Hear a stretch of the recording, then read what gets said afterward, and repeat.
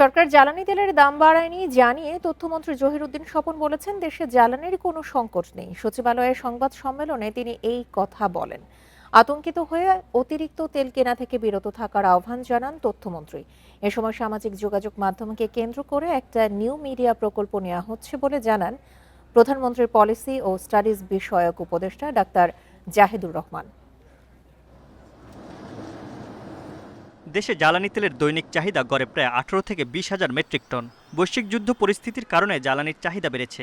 তেল কিনতে সরকার শুরুতে সীমা নির্ধারণ করে দিলেও পরে তা উঠিয়ে নেয়। যদিও পাম্প মালিকরা এখন তাদের মতো করে তেল সরবরাহ করছে। প্রাণ লাচ্ছি, খুব খাচ্ছি, আরাম পাচ্ছি। আতঙ্কিত হয়ে অতিরিক্ত তেল কেনা থেকে বিরত থাকার আহ্বান জানিয়ে তথ্যমন্ত্রী বলেন, দেশে জ্বালানি তেলের পর্যাপ্ত মজুত আছে। সচিবালয়ে বিএনপি সরকারের 1 মাস অর্জন নিয়ে আয়োজিত সংবাদ সম্মেলনে প্রধানমন্ত্রীর উপদেষ্টা জাহিদুর রহমান বলেন, প্রধানমন্ত্রীর নির্দেশে আপাতত তেলের দাম বাড়ানো হচ্ছে না। প্যানিক বাইং শুরু হয়েছে। এই প্যানিক বাইংটার কারণে সরকারকে একটা চাপের মধ্যে থাকতে হয়। আমাদের এই মুহূর্তে কোনো সংকট নাই, আশা করি আমরা সংকটের মোকাবেলা করতে হবে না।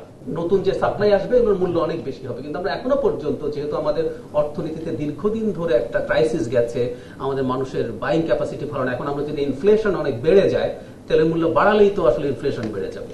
সংবাদ সম্মেলনে ফ্যামিলি কার্ড, কৃষক কার্ড, সম্মানী ভাতা, খাল খনন সহ 46টি উদ্যোগ ও অর্জনের বিস্তারিত তুলে ধরেন তথ্যমন্ত্রী।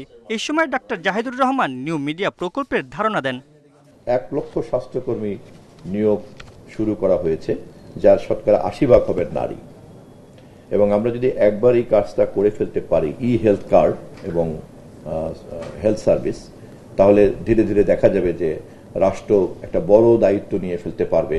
গণমাধ্যমের সাথে আমাদের সরকারের একটা খুব ভালো র্যাপো, একটা ভালো যোগাযোগ আমরা সবসময় চাইবো, এবং আমাদের এই যে যা যা ভালো করেছি বা করেছি বলছি, আমরা এক্সপেক্ট করব সেটা করবেন। আমরা যেটা করতে পারিনি, আমি চাই আপনারা ইনফ্যাক্ট সেটাও খুব সিরিয়াসলি সামনে আনবেন। সংবাদ সম্মেলনে তথ্যমন্ত্রী বলেন, দ্রুত সম্ভব ঢাকা আন্তর্জাতিক বিমানবন্দরের 3য় টার্মিনাল চালুর উদ্যোগ নেওয়া হচ্ছে।